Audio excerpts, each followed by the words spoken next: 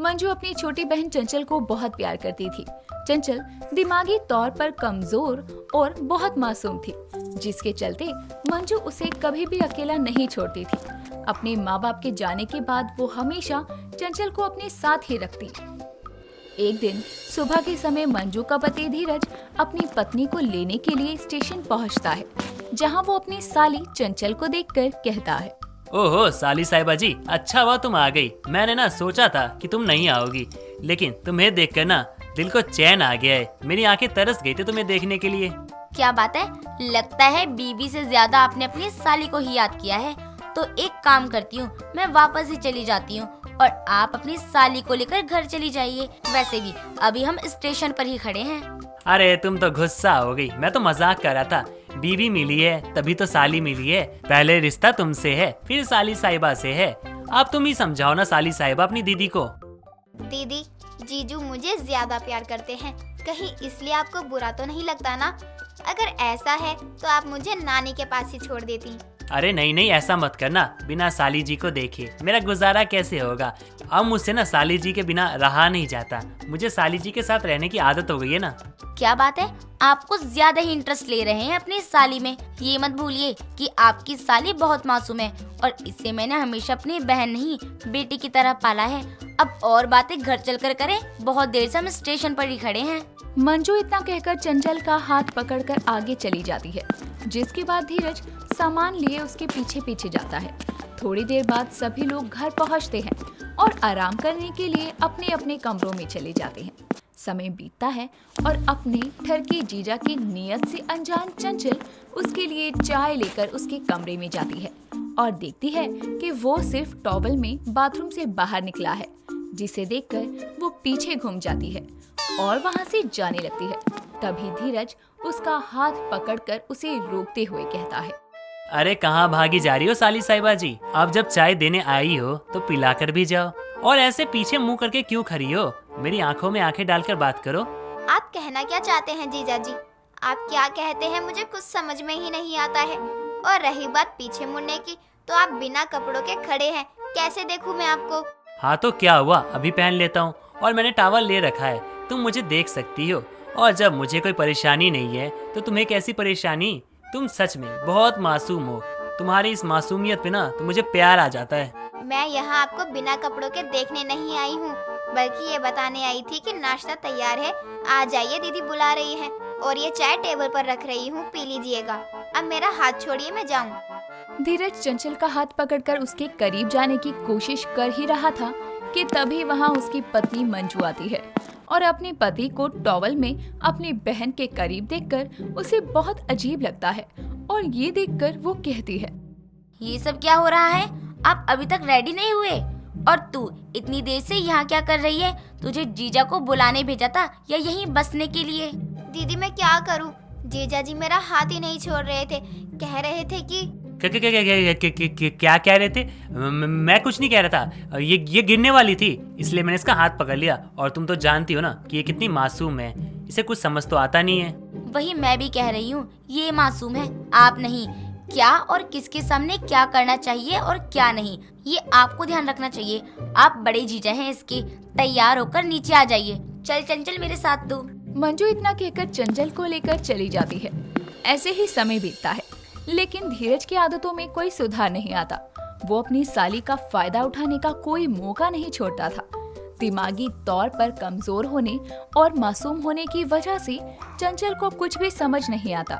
एक दिन शाम के समय चंचल छत पर कपड़े उतारने के लिए जाती है। तभी धीरज भी फोन पर बातें करते हुए छत पर आता है।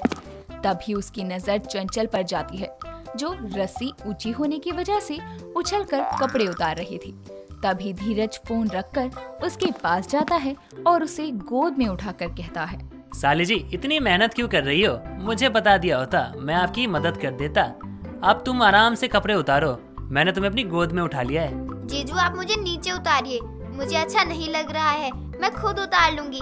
उतारिए मुझे नीचे। नहीं नहीं, क्या परेशानी है? तुम आराम से कपड़े उतारो, इसमें क्या गलत है? मैं तो तुम्हारी मदद कर रहा हूँ। नहीं जीजा जी, आप अभी नीचे उतारो मुझे, नहीं तो मैं दीदी को आवाज दूंगी। उसके ज्यादा कहने पर धीरज उसे नीचे उतार देता है और कहता है, लो भाई उतार दिया, तुम तो पक्का अपनी दीदी की ना चमची हो। आजकल भलाई का तो जमाना ही नहीं है। मैं तुम्हारी मदद कर रहा था और तुम हो कि दीदी को बुलाने की धमकी दे रही हो। नहीं जीजा जी, वो बात नहीं है। मैं तो इसलिए बोल रही थी क्योंकि मैं कोई छोटी बच्ची थोड़ी ना हूँ जो आप मुझे गोद में उठाओ। अपने सारे काम खुद अकेले भी कर सकती हूँ, मैं बड़ी हूँ ना। अपनी साली के साथ उसे ऐसी ठरकी हरकत करते हुए उसकी पड़ोसन विमला अपनी छत से देख लेती है, जो धीरज की साली के प्रति उसकी गलत नजरों को भांप लेती है, जो चीज उसे ठीक नहीं लगती। जिसके बाद वो नीचे जाकर मंजू के घर जाती है और देखती है कि वो रसोई में खाना बना रही है। तभी वो कहती है, तू बस रसोई में ही घुसी रहे, तभी तो बाहर क्या हो रहा है तुझे कुछ पता ही नहीं चलता। कभी इस रसोई से बाहर की दुनिया भी देख लिया कर, ताकि तुझे पता चल सके कि तेरी नाक के नीचे क्या हो रहा है। क्या हुआ आंटी जी, आप इतना गुस्सा क्यों कर रही हैं? और ऐसा क्या हो गया जो मुझे पता नहीं चला? देख मंजू, मैं तुझे अपनी बहू की तरह मानती हूँ, इसलिए समझा रही हूँ। तेरी बहन दिमागी तौर पर कमजोर और मासूम है, लेकिन तेरा पति नहीं। और पता नहीं क्यों तेरे पति की नजर मुझे उसकी साली के लिए ठीक नहीं लगती। बिल्कुल ठरकी वाली हरकतें हैं उसकी। आप ये क्या कह रही हैं आंटी जी? कुछ नहीं है, बस उनको थोड़ा मजाक करने की आदत है। बाकी वो अपनी साली को अपनी बहन की तरह ही मानते हैं। ये बाल मैंने धूप में सफेद नहीं किए हैं। अभी मैंने अपनी छत से तेरे पति को अपनी साली को गोद में उठाते हुए देखा। कौन सा भाई अपनी बहन के साथ ऐसा करता है? ना विश्वास हो तो अपनी बहन से पूछ ले। थोड़ा ध्यान रख, वरना पता चले तेरी मासूम बहन अपने ठरकी जीजा की मासूम साली बनकर रह जाए। विमला इतना कहकर वहाँ से चली जाती है, लेकिन उसकी बातें मंजू के दिल में घर कर जाती है, क्योंकि कहीं ना कहीं उसे भी अपनी पति की गलत हरकतों को नोटिस किया हुआ था। ऐसे ही समय बीतता है। तभी एक रोज मंजू अपनी फ्रेंड से मिलने के लिए बाहर गई हुई थी। बहुत रात हो जाती है और वो घर नहीं आती, जिसका फायदा उठाकर वो अपनी साली के कमरे में जाता है और उसे सोता हुआ देखकर उसके चेहरे पर हाथ फेर रहा होता है।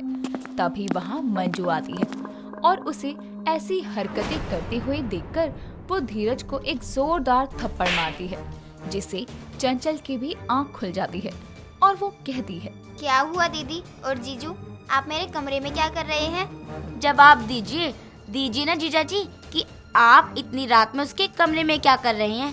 बताइए ना इसको कि इसका ठरकी जीजा अपनी मासूम साली को अकेला देखकर उसका फायदा उठाने आया था। सच में आपसे मुझे ये उम्मीद नहीं थी। तुम मुझे गलत समझ रही हो। मैं तो बस ये देखने आया था कि चंचल सही से सोई है कि नहीं। कितने बेशरम हैं आप। पकड़े जाने पर भी अपनी गलती मानने की जगह आप अपने आप को सही साबित करने की कोशिश कर रहे हैं। आपको जरा भी शर्म नहीं आई ऐसा करते हुए। कितनी मासूम है बेचारी है, इसे सही गलत के बारे में कुछ नहीं पता, लेकिन आपको पता है फिर भी आप इतना गिर गए। I hate you. अब मैं आपके साथ इस घर में नहीं रह सकती हूँ।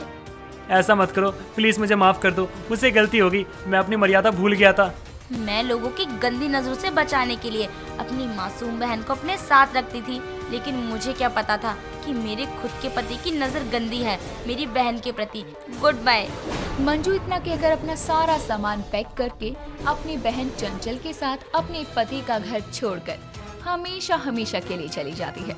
और इस तरह से धीरज की एक गलती की वजह से उसका बसा बसाया घर टूट जाता है और उसे अपनी गलती की सजा सारी उम्र भुगतनी पड़ती है।